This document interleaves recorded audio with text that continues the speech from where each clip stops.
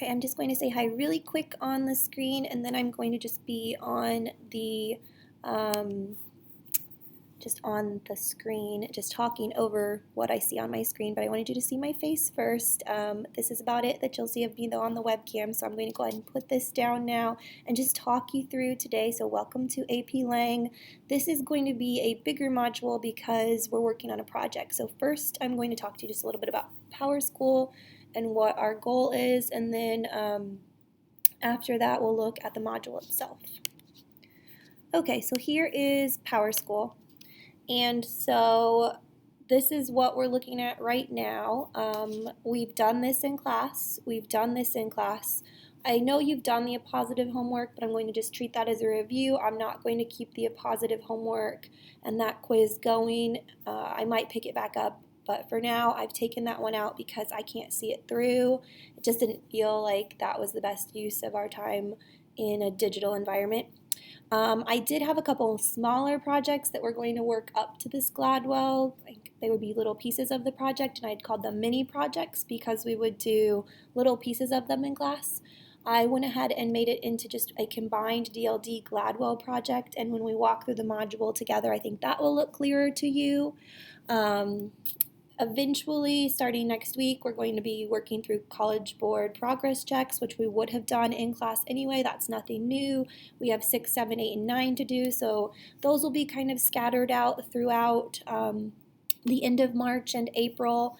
And then we have the argument essay to practice and to write. I still hope that that can be something that we do through collaboration. I'm not going to use Google Collaboration much through this first module, but eventually I do hope that we will buddy up and work together.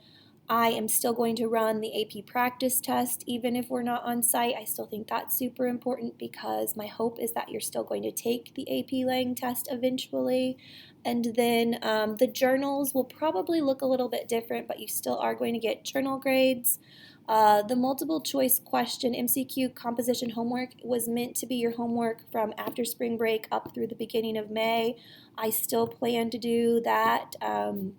I don't know if I'll continue to call it homework if we're online, but you're still going to see some composition questions to get you ready for the second half of the AP style multiple choice questions. And then again, this one may change just if we know for some reason that the exam's not going to look the way that we thought it was going to look, but I still hopefully intend to do that. And the film analysis unit I still plan to use.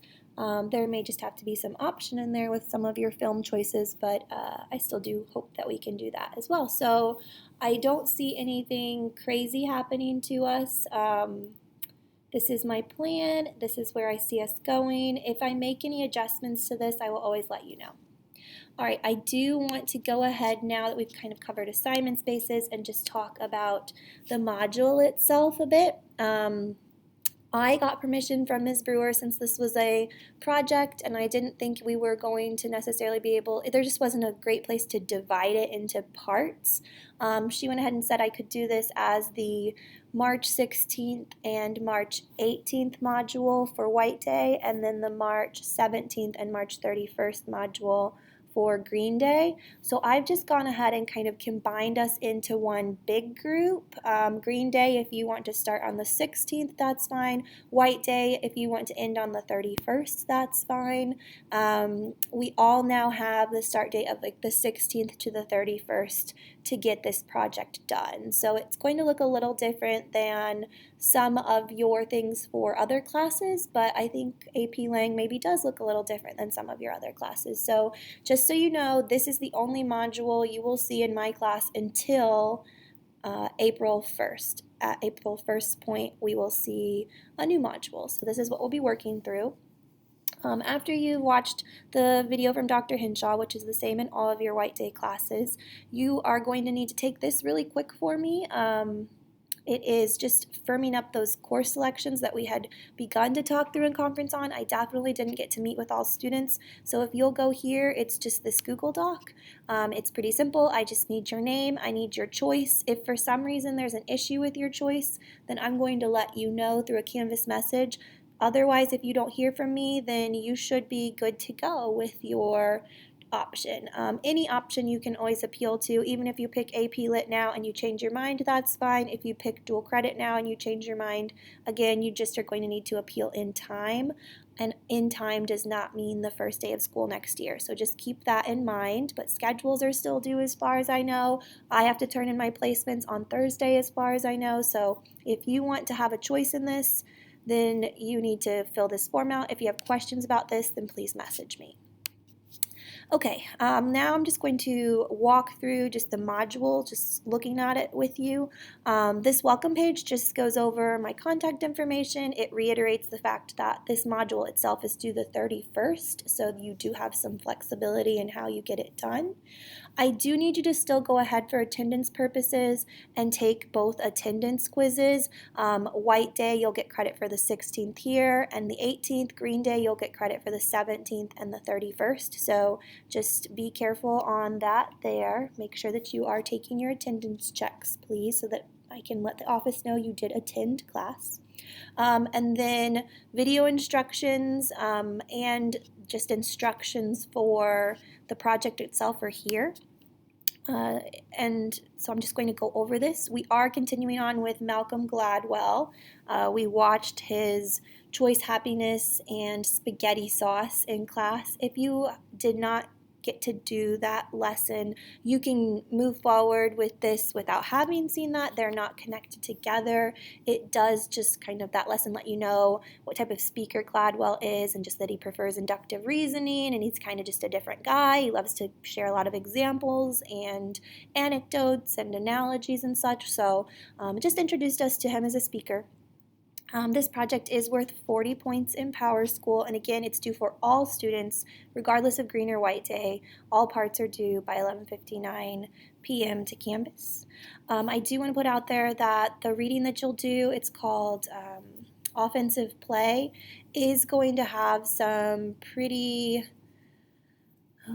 elaborate descriptions about safety in sports, injuries in sports. It's going to concentrate on football primarily, but other sports as well. It's also going to bring up dog fighting, and it does detail what a dog fight is like in pretty exact terms. So I do want to make it clear that some of this article could be upsetting. So before you get into it, just note that.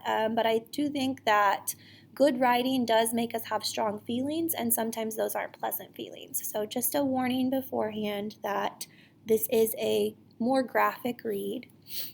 And this, just to be clear, was something we planned to read in class together. This was not a just throw it together, we're going to do this because it's a DLD reading. This was the plan. You have 3 assignments that you're going to do to get the 40 points. The first one is to complete an annotation assignment after you've read Malcolm Gladwell's Offensive Play. Then you'll do a post-reading discussion and a reading quiz. So I just want to look over those things now. When you get into the assignment, you're going to see that you can open this Google Doc, which is right here. And it is the article itself. It's from the New Yorker. It is longer. That is why I am giving you until the 31st to get this done. This article is longer than a lot of things that we've read. I planned to spend a couple days breaking it down in class. So it's going to take you a bit of time. When I read through it, though, I still don't think it took me much more than maybe, I don't know, 20 minutes tops to get through it. Probably a little less than that. So it's not going to take you forever, but to go back and analyze it will take some time. So again, give this a read through, at least skim it once before you open this Google slide. This Google slide will have you make a copy of this project. And so when you open this up, it's just going to let you know that I've already done the layout for you, but if you, for some reason, are appalled by my color choice or just my layout, or you don't like the way the slides are set up, whatever it is, you are allowed to change this template. Just make sure that you're following the tasks as they're assigned to you, but it doesn't have to look like this. It definitely can if that's easier for you. Plug all the information in, but if you don't like the theme or layout, you're welcome to change it. This does make a note to you that you can use direct evidence, so you could just go in here, and if this line is something, you can copy and paste it. or you can indirectly describe what happened in the text or what Gladwell was saying in the text. I'm fine with either of those. I would like to see a variety of each, but I'm not going to say I have to have X amount of direct evidence or X amount of indirect evidence. So just as a little side note, you can use either type of evidence in your project. And then you just go through and do what we would normally do in class. This is not anything crazy. You are going to have to do this by yourself. This is not collaborative. I will check to make sure that it is your own work, your own words. If I see overlap between students, that's obviously going to be a problem. Plagiarism or copying of another person's work is going to result in a 0 for both of those students on the entire project, not just on one part of the project. So that would be a 0 out of 40 if I think that any cheating is going on. So I hope that that's not something I have to be concerned about. I do, though, know that this is a Google thing. It does let you share. I'm not saying you can't work together, but you do need to make sure your answers are your answers. So check-ins are fine, but copying is not okay. Task number 1, space. You're just going to go over the space of the article. So you could just over here do SPACE. That would work with bullets. Task 2, you need to find literary devices. Literary devices are things like metaphor, simile, personification, alliteration. Figurative language is going to be literary stuff, so imagery, that type of thing. It's not going to be things where you're talking about the grammatical structure, so parallelism, asyndeton, polysyndeton, the arrangement or ordering of words, even like a rhetorical question or an imperative sentence, those types of things, those are syntactical devices. So these are figurative or literary, these are syntactical. I am happy to approve or let you know any device questions through a message, or you're welcome to post on the discussion board with those questions. But please make sure you do know the difference between figurative choices, or how I'm going to use language in a figurative way, maybe not a literal way, and then syntactical or grammar-based choices. So 3 of each. Again, you can just copy and paste those into here. Tell me where it is, what it is, why it's important for both task 2 and task 3. And then for task 4, I need you to note diction. I need you to note outstanding words or phrases used by Gladwell. That can come, again, anywhere in the text. And then let me know, why did that stand out to you?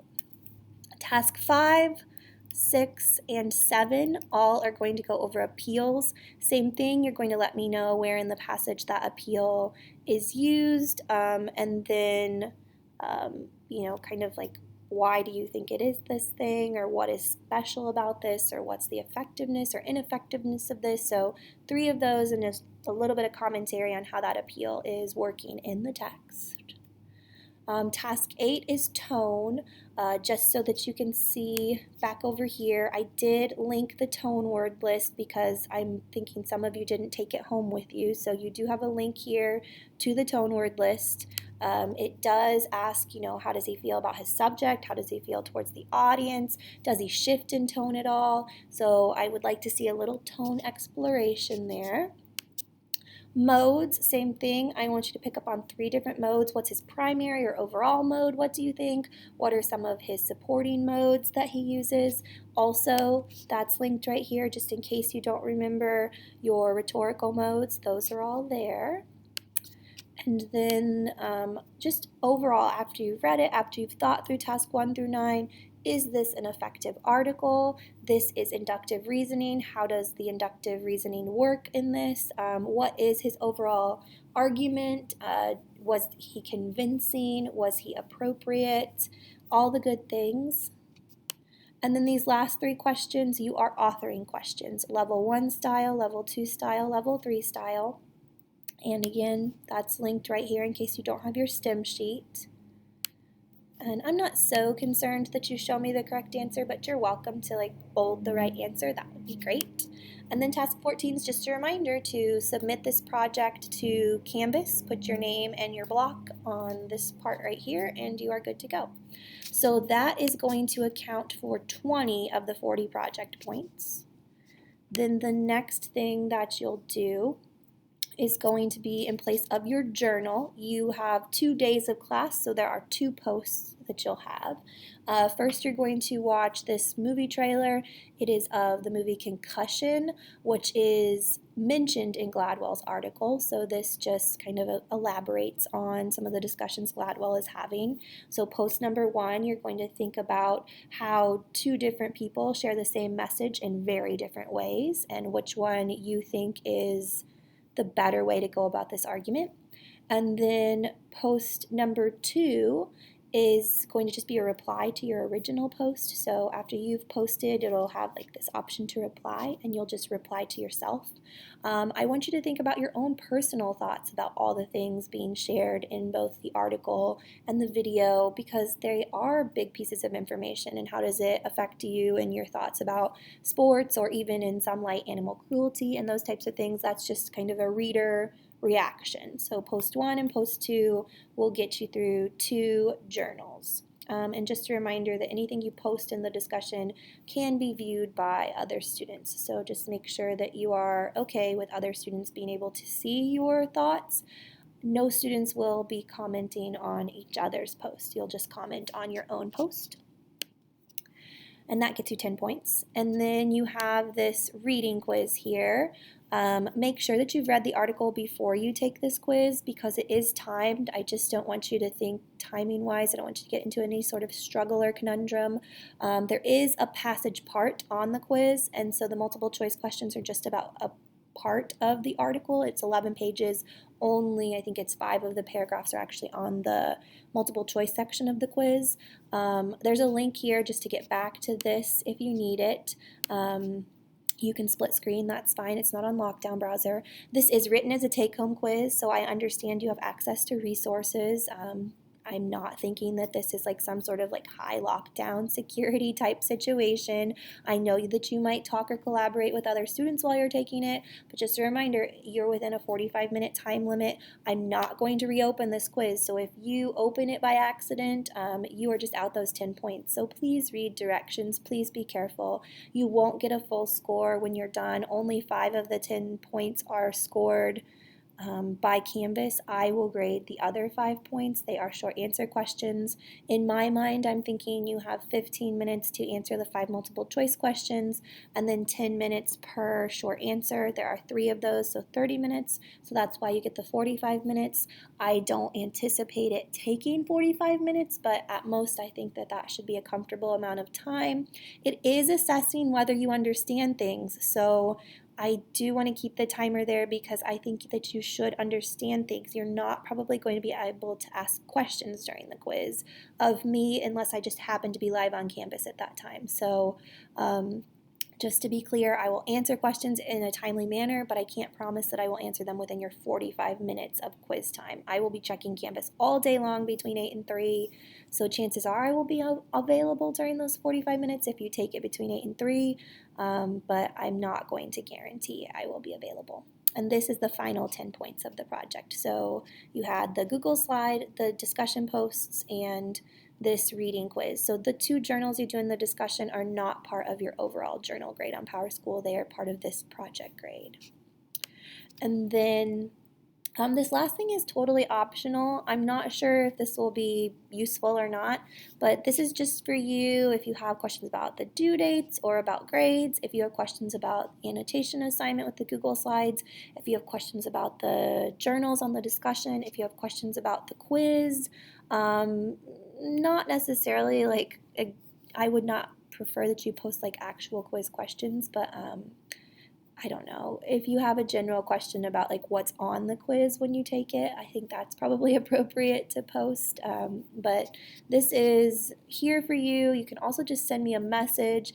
I will conference on Thursday if I think we need it, but as of right now, I don't plan to get on and do a live conference. I'm thinking I can answer most of your questions either here on the discussion, or sorry, on Canvas message. So I don't know. I'll do whatever we need to do on Thursday, but this is probably where I'll check in first. So here in Canvas messages all week, I promise I'll get back to you very, very quick if you just put something in one of those 2 places. And that is pretty much it. So you have plenty of time, I think, to do these things. Do I think I would want to do this all on March 31st? Well, I'm not sure that that would be my plan, because I don't know that I can guarantee that you'd get all of your questions answered in a timely manner. But that's up to you. So this is a bigger module. It's different maybe than some of your other classes, but I think it's appropriate for the reading length. It's appropriate for the project requirements. It's what it would look like if we were in class. I wouldn't rush you through all of this. So if you have any questions for me, let me know. Just a reminder, you do need to take this Google form if you want to have any input on your English course selection. Otherwise, I'm fine making that call for you. And then just let me know if you have any questions. I can't remember if I left my little photo booth up. Let me say goodbye if I did. Oh, that's a terrible image. Oh, my hair a little bit. Bye.